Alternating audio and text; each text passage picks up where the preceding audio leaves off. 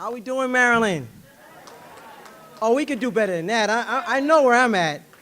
How we doing, Maryland? It is an honor and a pleasure to be here. I am like beyond excited. I'm trying to contain myself because this is a beautiful crowd to be here. You know, during lunch, they were putting the brother in the back got the jazz music on. I felt tempted to get the barbecue grill out and put it in the back. So I said, man, I got to speak in a little while, man. I got to change the mindset here, but I was getting really relaxed around here with a lot of folks here and talking about a lot of different things. And so it's really an honor to be here. And I got to tell you that what a great morning we had today in regards to learning and exchange and really the spirit in the room around this topic. I want to just say thank you to Lori Rugel and the team at the Center of Excellence. What a phenomenal team. Donna, who's running around here, Carl, and a bunch of folks who work at the center, and my great sister, Deborah Haskins, who it's a wonderful and a pleasure to see her and the work that she does. I mean, I couldn't ask to be better received in a state, in a city, by such great people, man, and I'm so honored to be here. And I just get to do the easy part, which is come up here and talk about prom gambling, and so that's my thing. So let me just say in full disclosure that I'm a big Baltimore Orioles fan. So when they tell me to come to Maryland, I say, oh yeah, I'm coming. Because, you know, I know I'm from Boston, Massachusetts, but I just also want to mention that I do not like the Boston Red Sox. So if this is being recorded, I want to make sure that's on record. So so today I'm challenged to talk about problem gambling and public health, new challenges and new opportunities. And I want to say that this, today what I'm going to talk about really has been a journey of my career. I've spent many, many years working in the addictions field. And I've done this work, and I've been really blessed to do this work for over 25 years now, and got a chance to really get my teeth in this field, working specific around youth and substance abuse. Then I shift over and I started doing work in mental health and also doing work in community settings, particularly around cultural competency, looking at issues of social justice issues in communities of color. And then 7 years ago, a good friend of mine, a colleague of mine in the field, was doing some work at the Massachusetts Council on Compulsive Gambling, and he said to me, hey, Victor, you know, we do work in cultural competency. This organization wants to do some of this work. And I said, well, who's this organization? He told me about this. They focus on gambling. I said, gambling? I said, wow, what? That's, you know, interesting, because it was such a foreign concept in the field at the time. And so, you know, as it is in the field, once they get you in, they don't let you go, you know? So I've been there ever since, and I've had the pleasure of doing a lot of variation in the work. So this really, what I'm talking about today, has been a journey of collaboration of all those opportunities, both in mental health, substance abuse, community settings, working in communities, and now, as I am now working in specifically in public health. So let me just do my ethical responsibility and just say that neither I or any members of my immediate family has a financial relationship with or a conflict of interest, what I am going to present today. So one of the things that I have been including in all of my talks, no matter where I go, no matter what subject I talk about, is to talk about the history of gambling in this country. Now, it is a piece that I've added because I think it is important for us to understand that as we think about today and all the complicated questions that we have and all the various interesting things that we talk about or just, you know, share with each other, that it is important for us just to sort of be on the same page and understand that we didn't get here today by accident. That we didn't just arrive here and this issue of casinos and states and all these various different things just didn't happen overnight. That this has been an evolvement of time. And so it's important for us just to think about this and go through a really quick brief history on gambling history and expansion. So when you look at the history of gambling, there are a lot of sources of information that is out there. But the one that is sort of universally sort of adopted by the field is sort of cornered by gambling law expert I. Nelson Rose. And there are what he calls the 3 waves of gambling. The first wave of gambling was before the U.S. was founded. It's when lotteries were used to finance the settlement of the first colonies. Now, if you take a look at that real briefly, you realize that this relationship of using gambling and gambling proceeds to be able to finance certain different activities is not a new concept, right? That this didn't just morph out of the air, 2 years ago, 3 years ago, 10 years ago, 20 years ago. But the fact of the matter that this is a sort of social phenomenon that has been existing in our history since the beginning of time.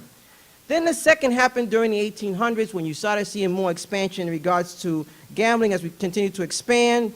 And then the third wave, which is a significant wave, is when Nevada first legalized casinos during the Great Depression in 1931. Then you continue to see the evolvement of gambling in the 30s, 40s, 50s, and 60s. And then in 1963, New Hampshire brought about and legalized the first state lottery. Now, there's something about New Hampshire, they like to be first. They just recently passed one of the first ever scratch and sniff lottery tickets in the country. Something about pig or pork or something you can scratch and smell, something like that. So something about they like to be first. So then we saw the expansion of gambling in regards to the resort-style casinos happen somewhere in 1976 when Atlantic City. So now by 1976, we have 2 resort-style casinos in this country, Nevada, Atlantic City, and with the continued environment expansion of gambling. Then in 1988, some significant legislation was passed, which was the Indian Gaming Regulatory Act, and this created an explosion in regards to casinos in this country. For example, in Oklahoma, where I was just recently there about a year ago or so, there's about somewhere in the neighborhood of 90 casinos in the state of Oklahoma, where the majority of them are owned and operated by indigenous tribes, to the point now that we have 48 out of 50 states have legalized gambling, except Utah and Hawaii. And gambling now, the revenues of the United States, sort of leisure economy in 1996, grossed over $47 billion, which was greater than the combined revenue of almost $41 billion of box office, recorded music, cruise ships, spectator sports, and live entertainment. To the point now that the industry generates over $100 billion a year. Now, I just gave you a quick history lesson there, and ain't no exam that I'm going to give you for that, all right? But if that shocks you, realize that underground gambling generates $400 billion a year. So when people say to me, Victor, this gambling thing, we don't really see it. Well, you need to either get some new prescriptions or something, or adjust your eyes, because the reality is that the phenomenon of gambling is here, and it is alive and well in our country. Now, Dr. Schaefer and Dr. Korn noted that there are 3 primary forces that have encouraged the growth of gambling throughout North America, and there are 3 of them. The desire of government to identify new source of revenues without invoking new taxes. You heard that this morning. The development of tourism and entrepreneurships, and the rise of new technologies. See, the new technologies have created another significant layer for us to think about and consider in regards to thinking about the overall public health of people. To the point that when we think about gambling, different people make different meanings of gambling and their experience of gambling. So for example, this is a picture that is in my hometown of Worcester, Massachusetts, where one day when I was coming home from work, there was an actual long line in the store, which I didn't understand what was going on. I thought they were giving something away free. And so I didn't understand what was happening until the next day in the paper they said that this store had a big sign in front of the store that said, "We sold the last Powerball winner." So what do you think people are thinking about? This is the lucky store, right? And people are lying around the corner, ready to get their quick picks, right? Although other stores are empty, but there's a phenomenon here, a relationship of the concepts that we think about and a relationship that we have as it relates to gambling and the different meanings that come about that. Now, I'm going to share this other thing because people, when we think about gambling, we think about casinos, we think about different forms of gambling, and I just mentioned underground gambling, but there is something we don't talk about, and that is what I call the secondary markets of gambling. So let me talk about that. So what you see here, and I'll share this story, a young lady who's in recovery, who I got a chance to work with. One day, one wonderful Sunday morning, she gets up and she wants to, she's going to church. She said, I want to go to the Stop and Shop, and that's a grocery store chain in Massachusetts. She goes to Stop and Shop. She picks up a few things before going to church. And as she gets to the register, the attendant says to her, would you like to donate $1 to the Jimmy Fund, which is a charity? And she says, of course. She plops over $1, and the attendant at the grocery store gives her this makeshift scratch ticket. Now, how many of us here do clinical work? Raise your hand. I got a simple question. Is this a trigger? There you go. I mean, so these are secondary markets, right? Where you see these scratch tickets, and then you see them all over the place, whether it's McDonald's or whether it's different places. So we focus so much on the casinos themselves, but when you take a look in your environments and your communities, you have different aspects of these secondary markets all over the place for some people who struggle in regards to recovery or whatever the case might be. These things are triggers. And so for her, she was so triggered by this that she went to her church. She got there early. And so as she got to the church, the pastor said that they were going to raise money for the church, and they were going to have a casino night to raise money for the church. So wherever Deborah's at, keep your good work going. Let me move on because I got a lot to cover. Really quickly, I'm not going to go through these because I really want to get into public health, but we understand that gambling is interconnected to both substance abuse and mental health. We got data and research that speaks to that. And we understand that there's a huge association between gambling and mental health, and gambling and substance abuse. Now, I talked about the three waves. I believe currently right now we're in that fourth wave of gambling. And it is based on a variety of different factors. Number one, the gambling environment is evolving. You heard on our panel before lunch about some of those challenges in that environment with technology. So the whole growing of technologies where now you're thinking about, you saw this morning we're talking about slot machines, now they're talking about creating games that are virtual reality, where you could put yourself in the game. Now I'm a little old, I might look young, and I appreciate that. If some of y'all have that comment, I'll take those for free. But I just can't get with all the, virtual reality, you're in the game, so I'm having a little hard time doing it. But the thing is that those are real. The millennials, that's their life. I've known people said, we play these games with people all over the world, you're playing video games, So these things are evolving and changing. The next thing is this fantasy sports phenomenon that we see in this country, right? And the whole notion of gambling versus gaming, right? What's all that about? And the other aspect that is critical is that gambling is perceived more as an important source for public revenue. So you see states adopting more and more the aspect of bringing gambling into their states and be able to support public revenue. And the next piece, which I think is critical, is our focus on marginalized communities and health disparities, a topic that we don't talk enough in this field when it comes to this issue, and the complexities associated with other related issues as we're learning through research. We are in the fourth wave in our field. So now let's talk about the field of gambling disorders real quickly. Now, I just showed you the history that talks about the whole expansion of gambling. But it wasn't until 1972 that the great Dr. Cluster first coined the phrase compulsive gambling. And it wasn't until 1980 that it made the APA, which meant that, technically speaking, that from 1931 until that point, there was about a 50-year run where casinos were operating and we had no idea what was happening to people, all right? And, the reality is that we see that we have more questions than we do answers when it comes to this issue. And then in 1999 and 2002, Dr. Schaefer and David Korn created and established what was first known as looking at gambling from a public health perspective.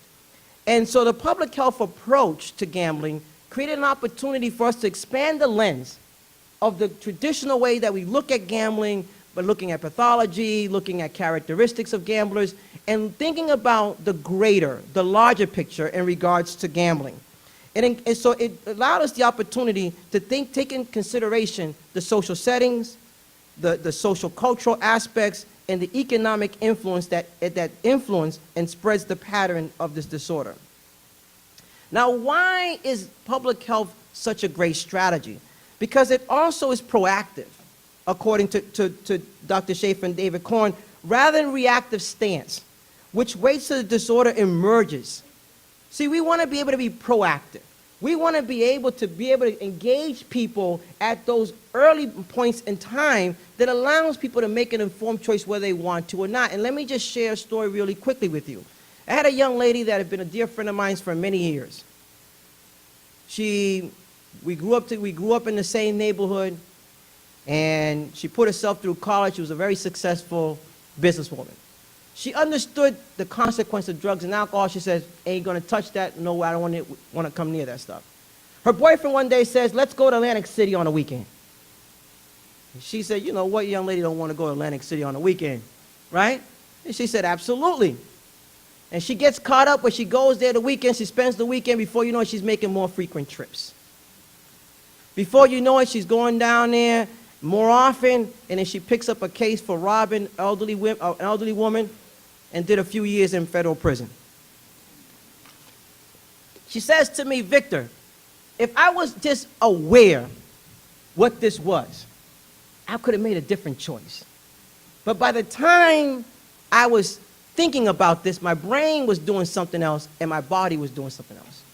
See, to me, that's a story that says that if we would have got some education, information, at minimum, that it's a basic right for us to be able to tell people not only their own risk factors, but the risk factors associated with gambling, and to do it from a preventative perspective that allows people to be informed. The aspect of public health allows us to create guidelines. You saw this in the panel around responsible gaming, vehicles for early identification of gambling problems, and systems for monitoring, and you saw that was the conversation that was happening today with the panel on the industry. So now let's do a quick exercise real quick. I ain't gonna make you stand up and do all that stuff, so don't worry about that. I need you to get anxiety up. But I want us to think about something really quickly. When I'm gonna put some pictures up on the screen, and I want you to just quietly write down real quickly what's the first thing that comes to your mind. All right? Now I'm gonna tell you that I'm not gonna give you a grade for this. So now, here's picture number one. And I can't see it that great, so I apologize. But that's the halls of a wonderful resort casino. Here's picture number two. Just write down what comes to mind. Now, on the same side of that same paper that you just did, I want you to write what first comes to mind when I'm about to put these pictures up on the wall, right? Ready?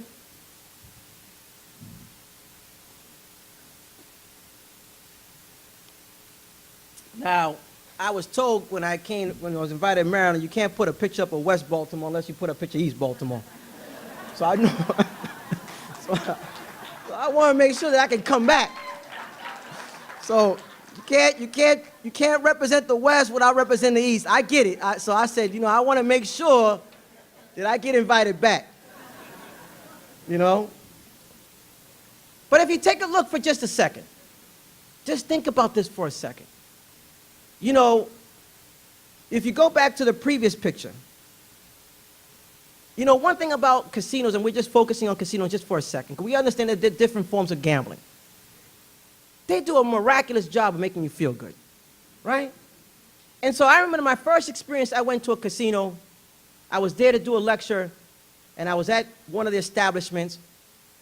And, I go to visit many hotels when I travel and I speak, but I've never been to a resort casino. And so as soon as I checked in, I was in line, and they said, "Welcome, Mr. Ortiz." I said, wow, that's a little bit over the top. I ain't never got welcome like that, man.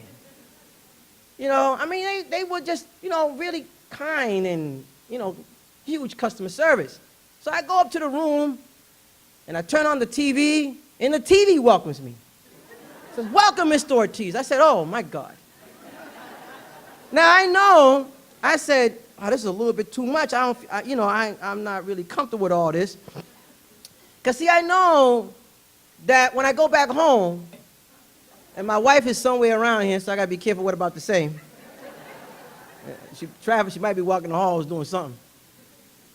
I knew I wasn't going to come back home after that conference and my wife going to say, welcome home, honey. So that ain't my reality. But my point is that the realities our field, and when we focus about initiatives, whether it's responsible gaming or other initiatives, that is based on that reality does not speak to the realities of this reality of many other folks.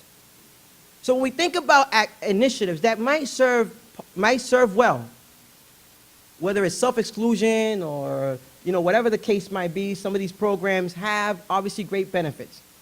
But my key for today is to say that they don't always speak to everyone. And so when you think about the conditions in which people live and they work, they send a clear message. And that disconnect of that reality, we have to do a better job of connecting that reality to the reality in regards to gaming. So let me talk about gambling in a public health perspective. Gambling studies throughout our history has predominantly focused on the individualized characteristics of problem gamblers. There is increased interest in looking at it from a public health perspective. And so a public health approach to gambling encourages the examination of social risk and protective factors that encourages or discourages the transition from recreational to problem-related gambling. But it also, here's the key, it allows us to identify the vulnerable demographic groups and ethnic differences in acceptance to gambling. See, when people say to me, Victor, it's important for us to have a message for folks to say, use your disposable income. Now, I don't know about you. I know about me. There ain't too many of us around here talking about we got disposable income. And so we think about people say, well, gamble for fun.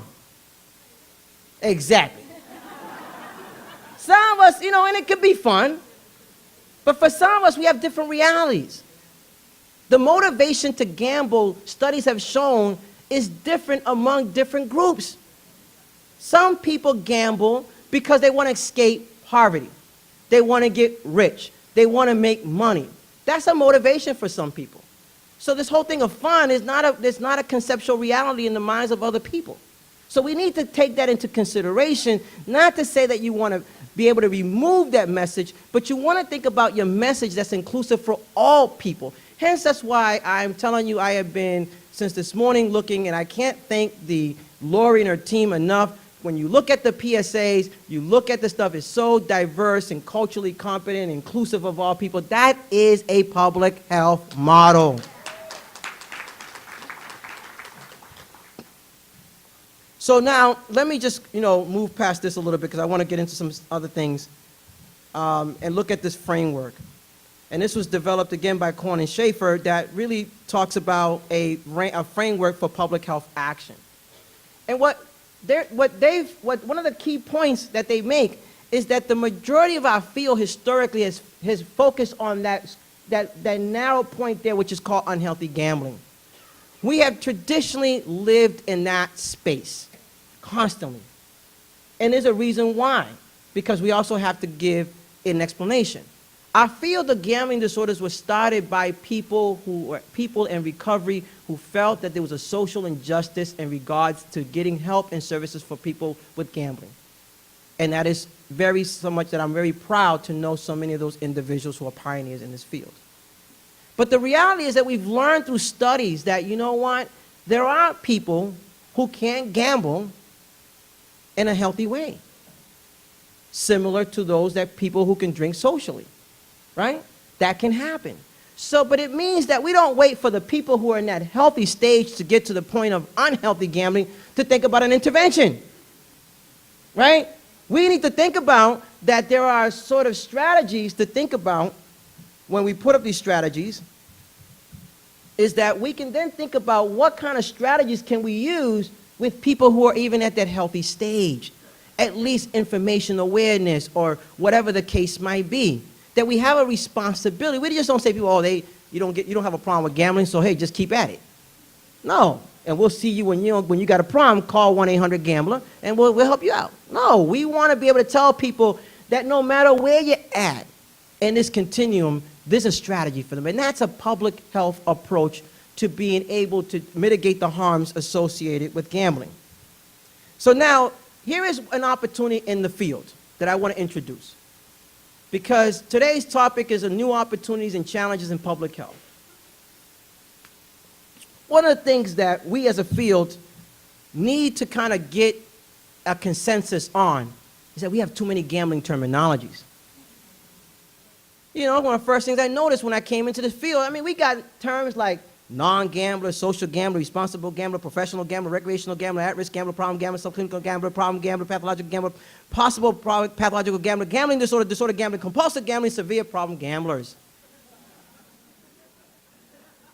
Now, I don't know about you. Are you confused yet? See, we got to fix that. That's a problem. Because that, you know, Dr. Schaefer wrote an article called Conceptual Chaos. We cannot build solid policies around gambling if we got all these terminologies. Because some, you know, sometimes I lecture on the East Coast, they got a definition for social gambling. I go on the West Coast, they got a different definition for social gambling. And I'm like, well, wait a minute, we're not all talking the same language. And so that's hard for us to be able to develop public health policies when we have really a cluster of confusing terminology.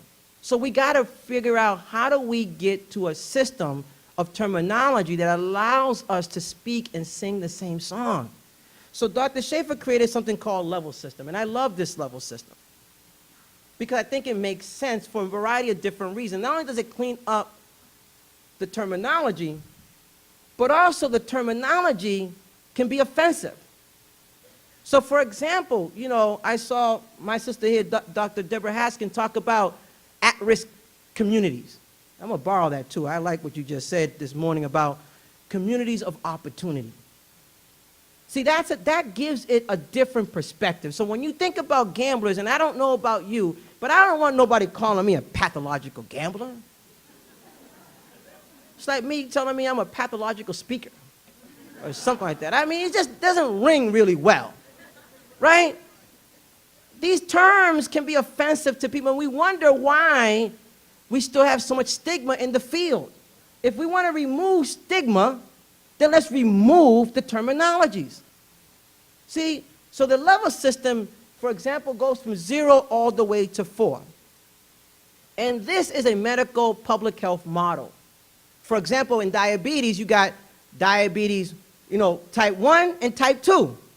You don't have a compulsive diabetic or a pathological diabetic or an at-risk diabetic or a social diabetic.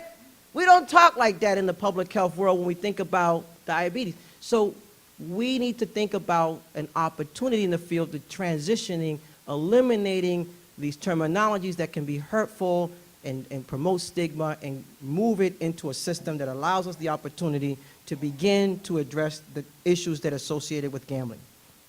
So let's talk about what is public health. I'm looking at my time. Public health is the science of protecting and improving the health and families and communities through promotion of healthy lifestyles, research for the disease, injury prevention, detection of control of infectious disease. Overall, public health is concerned with protecting the health of the entire population. Key term, entire population. Not for some, not for a few, but for the entire population. And so it's important for us, when we think about public health, we're thinking about the whole. Now, when we think about public health, it's also, we think about strategies in public health. And this is what they call the pyramid in public health. It's a health impact pyramid. And so when you see this pyramid, what you see here is that the majority of the field, we focus on the top layer of that pyramid. We think about counseling and education. We think about clinical interventions. And research tells us that those strategies are limited because they're narrow in focus.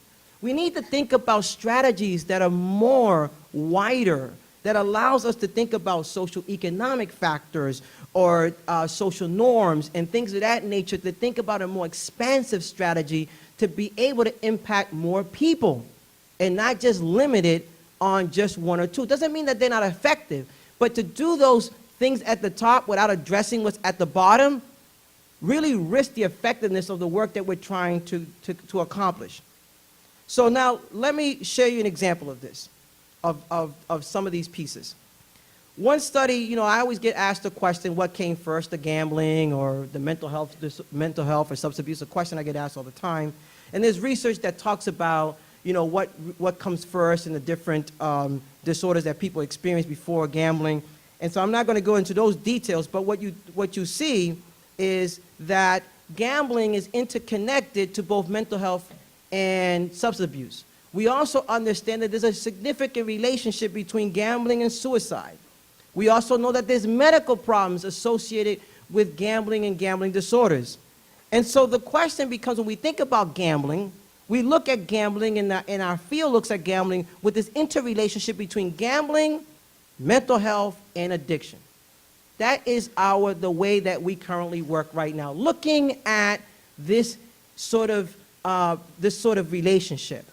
To the point that we think about integrative strategies and how do we think about these two worlds and how do they come together. But I have something a little bit different that I want to propose today from a public health perspective, because people say, what came first? Does the substance abuse or mental health come first, or the gambling? And people, we sort of focus in that area. But the question becomes, is there something that's driving both? Is there something that, regardless of whether it's mental health or gambling, is there something that's driving both of these issues simultaneously? And there are, and that is what we call the social determinants of health. See, when we think about the social determinants of health, we recognize and realize that even though the studies demonstrate that about 80% of people with gambling disorders have a predisposed conditions of mental health and substance abuse before their gambling disorder, the reality is that we potentially have something that's driving both the mental health, both the addiction, and the gambling. And those are the social determinants of health. And so what is the social determinants of health? The social determinants of health are conditions in which people are born, grow, live, work, age. These circumstances are shaped by the distribution of money, power, and resources at global, national, and local levels. And so when we think about the social determinants of health, we're looking at specific areas in the determinants of health, whether it's neighborhoods and built environments, economic stability, education, health and healthcare access, and social and community content. So when we look at it more thoroughly, we see that when we think about the social determinants of health, we look at, for example, in economic stability, issues like poverty, employment, food security, and housing stability. These are foreign language to the field of gambling, because we don't think that way and as it relates to this issue. And the reality is that when we think about a public health model, we realize that, guess what? People have different situations and motivations as to why they gamble. And then how can then we think about strategies when people's conditions that they live in and work in do not support that which you're trying to promote? When I can't get food on the table, when I can't get a good job, you know, or I live in the conditions that I just showed in West or East Baltimore. You know, so when we think about this, and I have a lot of colleagues all over the country that want to do great work, and they say, well, Victor, you know, how about if we just, you know, tell people, educate them on a message? And I said, you go in East Baltimore, West Baltimore, those messages, they're going to look at you like you got 3 heads. And that's a reality, right? Because the realities and the conditions that people live and work are totally different. And this is not just, I'm just using East and West Baltimore because we're in Maryland, but this is all over the country. Regardless, you know, so we're thinking about issues of race and ethnicity, but we also talk about issues of class and people living in poverty. So now, here's an example of something. In 2012, 26% of Boston children, 0 to 17, lived in households where their parent or caregiver felt that his or her child was unsafe in their neighborhood. Higher percentage of Asians, blacks, Latinos, children compared to white children lived in households where their parents and caregivers felt his or her neighborhood was unsafe. That's a staggering number. We think about this issue, we think about our strategies. These are real factors that we got to consider and think about and take into consideration, because this is not this goes beyond a slogan.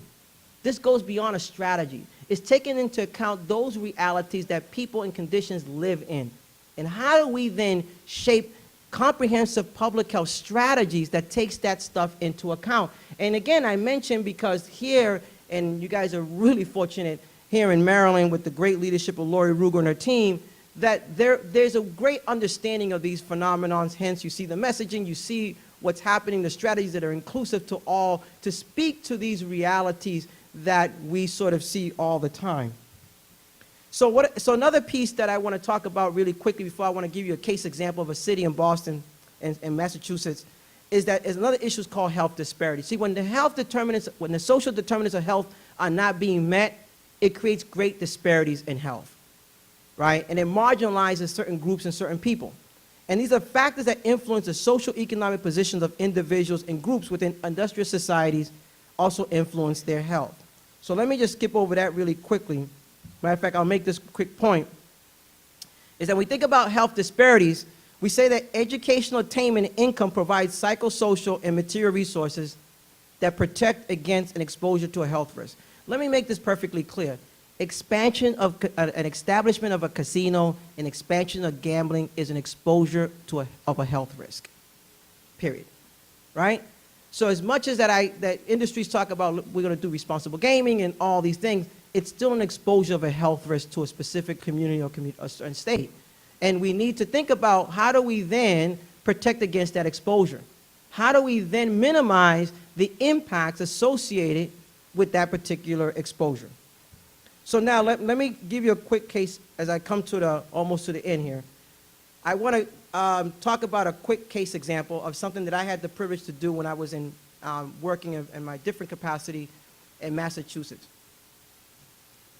When I first came to the Mass Council, and Lori talked about it, there's legislation that's passed that calls for an expansion of gambling, particular one city, Springfield, Mass, and they asked me to go out there and do a lot of work in the community.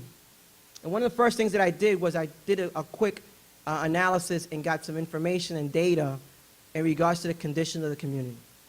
So let me just say that, in Springfield, it is 38% Latinos. So people felt like, oh man, you speak Spanish, you'd be a great fit over there. Well, it's a little bit more than that.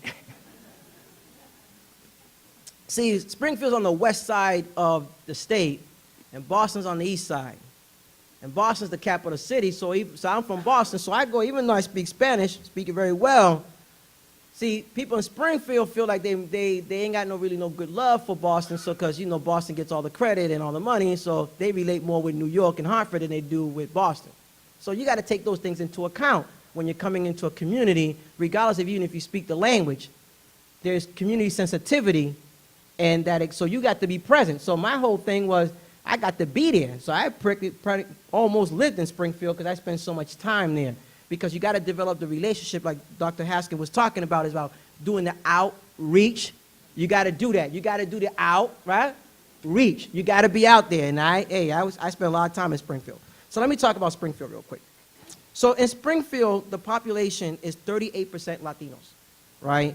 And when you think about the change in the population from a 10-year span, you see that non-Latino whites decreased by 24%. So as whites are moving out of Springfield, Latinos are coming in. So the demographic and the dynamic in the communities have changed dramatically over a 10-year period. And then when you think about the labor force, Latinos are 55% of the total workforce, is that the second lowest among all population. And they have the highest rate of unemployment and have the rate of home ownership the lowest among all populations.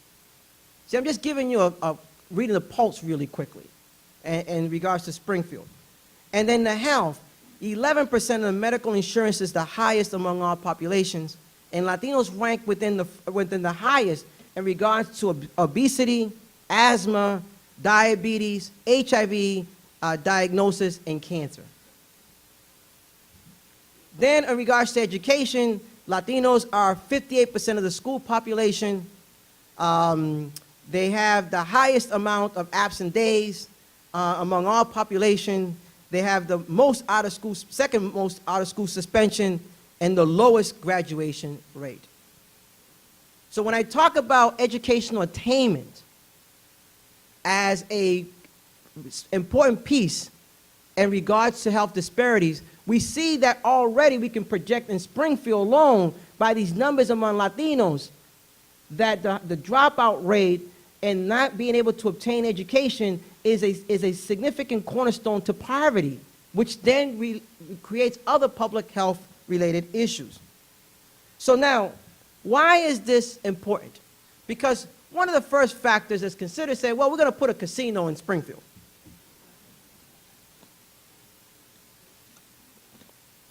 And see, not that I'm saying that's good or bad, I'm not taking a position on that, but what I am saying is that unless we have a great pulse on what's really happening, then we could put false expectation on what a casino can bring to those conditions. Because let me tell you something, if one industry, whether it's casino or not, can come and change the reality of Springfield, let's do it. But I think that the challenges are way too great to even think that any industry can come in there and change that reality, because that reality is profound. And so we put these expectations on certain industries to think that they'll change the conditions of which I laid out. And the reality is that those conditions are very profound and cannot be changed overnight. So I'm not saying that, hey, a casino can't be the answer. It might be the answer. But the answer has to be many other things as well. It just can't be one or two. So now let me wrap up, because I like to, there's some great people here to organize this event. And I don't want Carl coming back and giving me the sign, or Donna to kind of give me a frown, because she's been giving me a smile since I got here, and I want to keep that. But I got to say that as I leave and I give you take-home points and I open up to questions, and is that when we think about this issue, and we think about looking at it from a public health perspective, it's not only looking at the data and what the data says. It's important for us, as it was mentioned earlier, to be out there, to get engaged, to be involved, to make the relationships, to look at how the community understands the issue of gambling. And when you understand what's really happening at the ground level, there's no, as much as I love scientific literature, but when we're talking about keeping it real, keeping it 100, that is a different perspective that you get from people that's not always coming through the research. And that is something that we got to pay attention to say what is really happening, how do people really see this. And so for me, I had a chance to do a lot of this work to the point that when I first came to Springfield, we had about 5 or 6 people certified with gambling. And I was honored that when I left, we had over 56 people certified in gambling.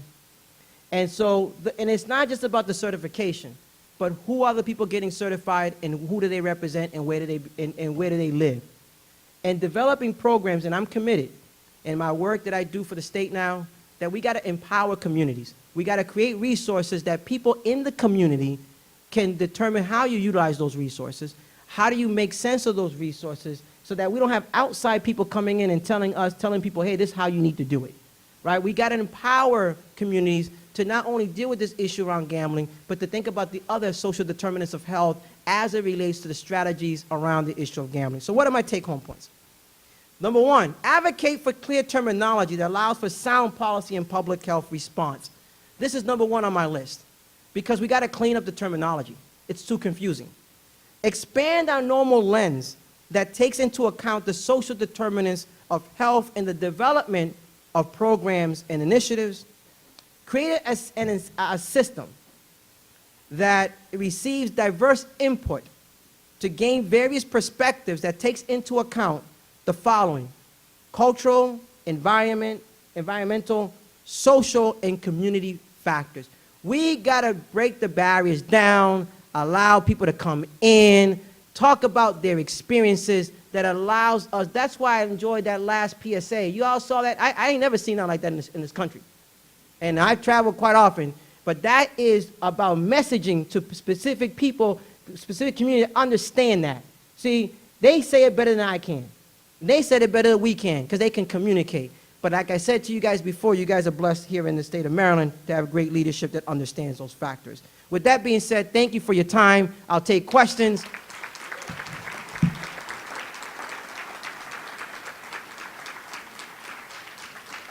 So I'll take questions. If you got questions, I'll try to answer. I'm extremely interested in your work. We talked when you were here before. Okay, In Springfield, my son is a district judge in Springfield. okay, His wife is Latina, and she just graduated from law school and passed the bar exam. So Oh, we have that's we great. have a mixed granddaughter, 7 years old, kind of interesting, because they live right in an area that has a mixed socioeconomic paradigm, if you will. yeah, The casino is going up right now as we yeah, speak. it is, yeah.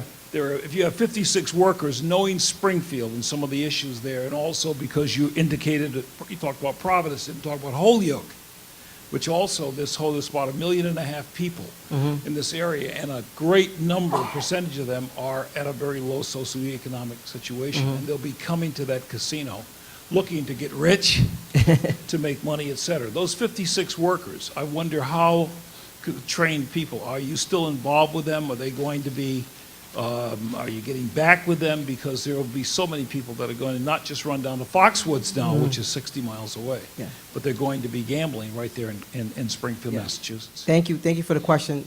No, I would tell you that I'm committed, and we're committed to mitigating the harms associated with gambling. The one thing about the Expansion Gambling Act in Massachusetts is that when it was written with the intent of mitigating that harm, not just a language or philosophy or theory, but allocating resources. So the anticipation, so part of the legislation calls for this public health trust fund that would generate somewhere in the neighborhood on an annual basis $15 to $20 million. See, we can have great ideas and, hey, this is great, but we need resources, we need dollars for research, we need dollars for prevention, we need dollars. And so we're fortunate in Massachusetts that we have a great problem, and that is we have a lot of funding. You know, so our commitment is to be able to utilize those dollars. We just finished creating the strategic plan that allows us to be able to mitigate those harms associated with gambling. That's comprehensive across from prevention, intervention, treatment, and recovery supports. Anyone? Yep. So as a public health lens, you were saying that a casino opening up is a health risk. Yes. So the question I have is, how is the community receiving that? Because you looked at that spectrum of no gambling, healthy gambling, problem gambling. Yeah. As it's going up, what does the community view that casino as, and how do you, as a viewing it from a public health lens, interpret that, engage in that? Well, thank you. That's a great question. You know, the reality is that, you know, people, there's a lot of mixed sentiments around the casino. I mean, part of what had happened in order for the Springfield casino is that there had to be a vote in the community to determine whether the community wanted to host it or not. And so that community voted to host it. So you have mixed feelings and a lot of skepticism around what does it really mean, what's the impact. So it's a lot of mixed feelings. Our goal is to say that we're not saying that we're anti-gambling or anti-casino, because keep in mind when I talked about the gambling history, we're talking about an industry that generates about $100 billion, but underground gambling generates $400 billion a year. That's a big issue. So for us, it's like saying, if we're going to expand gambling in Massachusetts, we want to mitigate the harms associated to the less common denominator by creating a comprehensive public health approach to this issue so that people are aware that we can maximize the benefit of this particular expansion. But in order for us to do that, we have to work collaboratively with many people and many stakeholders across the board. Hi. How you doing? All right. My question, thank you very much for your presentation. I particularly liked your take-home points. And I took note of when the question was asked earlier, probably about half, if not more, of the audience are clinicians. Yes. Sort of like your first-line responders.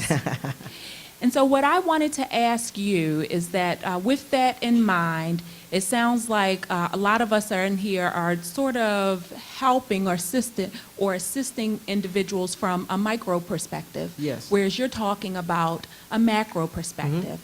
So with those take-home points you have, how would we, as clinicians, shift gears and really put into place some of those things that you have? What would be the application for us who might say, well, yeah, that was really good, but I'm seeing, you know, such and such throughout the week. How would we do that? Well, that's a great question. Thank you. You know, I've been a clinician, you know, all my life as part of my career, and obviously I value tremendously the work that is being done in clinical practice. That's an important work that needs to happen. We need to support it. But one of the things I would challenge us as a field in regards to clinicians and providers is that we got to get outside of our comfort zone. You know, really begin to say, yes, we're attentive to our clients and the people that we work with and the service that we got to provide, but we got to get outside our comfort zone by either raising this issue more in our organizational sort of forums or whatever the case might be, provider organizations, providers, you know, associations, and begin to at least have that conversation, as well as if you start to have those conversations, at least within the organizational perspective, you can build some momentum. Right now, we work too much in silos. You know, I got a case of 25, and that's all I do. I see my 25 clients. That's it. We got to go beyond that and think about that. We have a responsibility. Why? Because the people we serve feel like they don't have a voice, but we do. And so we become that voice for the folks that we work with, to say, you know, let me extend this and get outside my comfort zone to bring this to the organization, to talk about these things, and then also to do that last piece, which Deborah talked about earlier, that outreach, to begin to say, how can we be more effective in this work by expanding what we're doing? And so I think there are a lot of different things that we can do to make that happen. Thank you. Yeah. I really enjoyed your presentation, and Thank I'm you. hoping to take your message with me today to provide outreach to my area, where the closest gambling anonymous meeting is an hour away, and there's Oh. no formalized treatment. Yeah. A couple points and a question. So you did talk about changing the terms from pathological problem to this level system. Yes. I guess this is a question in itself. So what do you propose? Because, like, do people walk around and say, I'm a level 1 or I'm a level 2? So I guess that's the first question. Another one is to separate, from what I'm familiar with, is the person and environment perspective, which I'm kind of hearing you talking about today. Have there ever been any twin studies? Anyway, Twin studies where you take two people who are biologically the same, exposed to different environmental factors, and see what really comes into play? on your study piece, I would say that I know that there has been studies. I'm not familiarized with the studies, although I've seen them. So I can't speak to the twin study, but if you give me a card, I can get back to you on that. Because I've seen it and I've looked at it briefly, but I can get to you on that. The other thing is that on the first question that you had in regards to level system, you know, what it does for us, it allows us the opportunity to eliminate the pejorative language and really the cloud that we have in the field. And I think that that's something that we got to figure out. Right now, currently, by study and by definition, the only terminology that the field really agrees that this consensus is gambling disorder. The rest of it is up for debate. So there's a lot of theories and a lot of debates on what is social gambling and what's not social gambling. I'm going to give you a perfect example really quick if it's okay. For example, people say that if you gambled more than what you intended, that you're an at-risk gambler, right? If you gambled more than what you intended. Well, let me give you an example. How many of us, I'm going to give you an example. How about if one of us or some of us on Thanksgiving ate more than what you intended? Do you now have an eating disorder? See, this is the kind of stuff that happens in the field. See, we say, oh, man, you gamble more than what you intended. You have a gambling problem. But could it be that somebody says, I gamble more than what I intended, but still be a recreational gambler? These are debated topics, right? And so my point is that the only term in the field where there's consensus is gambling disorder. The rest of it is up for debate. So I am challenging the field and our field to say, let's move past the term, let's drop these terminologies. And then think about a level system that is more based on the public health model and a medical model that allows us to get some clear language so we can create clear policies and clear guidelines. I'm sorry, next, I'm sorry. Glad to have you. Thank you. I'm just going to get to the point because it's baffling me about this question. If you know that it's a gambling problem and you know that people need the help, why are you still building casinos? That's a great question that I don't have an answer to. Okay, thank you. I know my limitations. You know, It's called capital. the thing about it is this. It's a great question, and let me just say this. You're not alone in that question. I want to stress that. You're not alone in that question.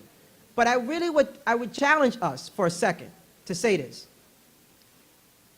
I stated earlier that underground gambling is estimated to generate $400 billion. So you can eliminate all the casinos in the country right now. Put them all in the boat and get rid of them. Right, You still got a major problem in gambling in this country. right, right. So it's not about casinos, although you're not alone in that thought. The point is that we have a significant appetite for gambling. Let me give you another example really quickly. We are, in this country, 5% of the world's population. Yet, in turn, we consume about 90% of the opiates produced around the world. Yeah. 70% on the East Coast alone. There's something about our culture in this country where we love to use opiates and we love to gamble. What's all that about?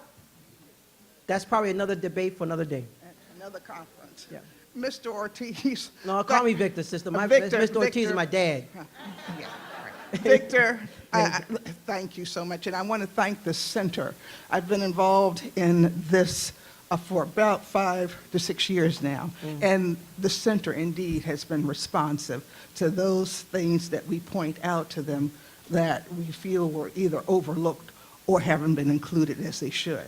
Now, when you talk about challenges and you're saying that the expansion of technology, et cetera, Yes. I've done some work with some seniors recently, and I'd just like to put this on the radar for the center because I'd love to be able to get some funds to do some research around this. Uh-oh. Right, right. There is. Lori's the boss. She's right up Okay, front. Right. It's what we call what we call the contest. I have had seniors who have given me information about the amount of money they are sending to places like the Publishers Clearing Warehouse, Oh, yeah. where they are receiving mail on a consistent basis telling them that they have won this money and all you've got to do is send in this amount for a administrative fee. The amount of money, once again, and the number of seniors who are really displaying addictive or what I would call compulsive and obsessive behavior in responding to this, it's getting to be a problem that I don't believe we really have our finger on. Yeah. So I would just like to put that on the radar and hope that in another 2 or 3 conferences, maybe we can get some further Well, information. let me say thank you for pointing that out. You're in great hands here in Maryland with these folks, with Carl and Lori and Deb and all these. These are great folks to work with. But when you spoke, it reminded me of a situation that happened in the the northern part of Massachusetts, where that same clearinghouse phenomenon was happening with seniors, and that's what we call predatory practices. And so we got to find ways to. I mean, one of the great things about this work is that we know, and to address this work, we need regulations, we need policies, we need initiatives, we need to have the whole gamut of folks working together to eradicate these issues, especially with what I call these secondary markets, because they're impacting people. So thank you for bringing that up. I got a couple of minutes more for a couple of questions. All right, go ahead, sis. I'm sorry. This has been a great conference, Lori. Definitely. And the staff really did do a good job. And what I like about here in Maryland is Mary talked about it, the MARG, and how all of the different community components kind of work together, including the casinos. And one of the things that I believe that is really helpful when we stop blaming and kind of, saying that the casinos are the cause of all the ills, and then start looking at demystifying the casinos. So one of the things that I've started to do with the faith-based approach is I've taken a couple of ministers into the casino There you go. to let them see what it's really like. They have not been there. So, and showing them the messaging on the machines. And it's not perfect, but, you know, kind of not standing on the outside trying to address the issues, but really, you know, embracing it, understanding it. Educating is more than coming to conferences. You know, going to those places and understanding the people who work there. They're not Martians. You know, a lot of them are our relatives. I didn't know my cousin worked at the casino, you know. And so, you know, looking at it from that point of view, I think is so much more healthy. Yep. So I guess I would ask, you know, what you're doing in Massachusetts, are you expanding your community approach to that degree, or have you even Well, thought let me about just that? say, you know, obviously, I serve in a different capacity, and I do believe in community engagement. I think that's critical. But I want to point to something you mentioned, which I think is really important. The fact that you're taking ministers into the casino, them to see it, that's absolutely awesome. And I'm going to tell you why. Because in the clinical world, this was when, if people recall, when our field changed from doing therapy inside your office to doing in-home therapy, right? And one of the things that came common factors with clinicians, like, that was an eye-opener. To go in people's home, in their environment, in their community, to do therapy is really different than them coming to your office. Because a picture can tell 1,000 words. So I always tell people, you want to work in gambling, specific casino, go visit a casino. Now, I say that because I'm not encouraging you to go after work, go up the street to a live casino. I'm not telling you that. I want no rumors being spread here in Maryland. But what I am telling you is that it's important for us to understand the environments in which people engage in these behaviors so we understand what are some of these phenomena. So the fact that you're doing that, sis, that's a great thing. Like I said, my expertise is in mental health, so this is completely eye-opening to me, the prevalence of the problem. My question is, in looking at the bubbles, the Venn diagrams with the gambling, mental health, and the social determinants of health, Yep. has there been any sort of study which has looked at basically trauma? People go through childhood things, life adverse events, and at some point the trauma becomes so compounded that people disassociate in different ways. I used to know a girl, she would self-mutilate by, it's OCD, washing her hands. So I see this as a very similar thing. So yeah, I just want to know if there were any studies that look at the intersection of traumatic life and leading to gambling. Yes, I actually will give you a quick resource really quick as I wrap up. There's a colleague of mine's her name is Lisa Navigates. She does a lot of work in this space in regards to gambling and trauma. She wrote a book called Seeking Safety. She specializes in this area. I would encourage you to look at her stuff. If you send me an email, I can send you a link. She does great work in this area around trauma and gambling. Thank you, guys.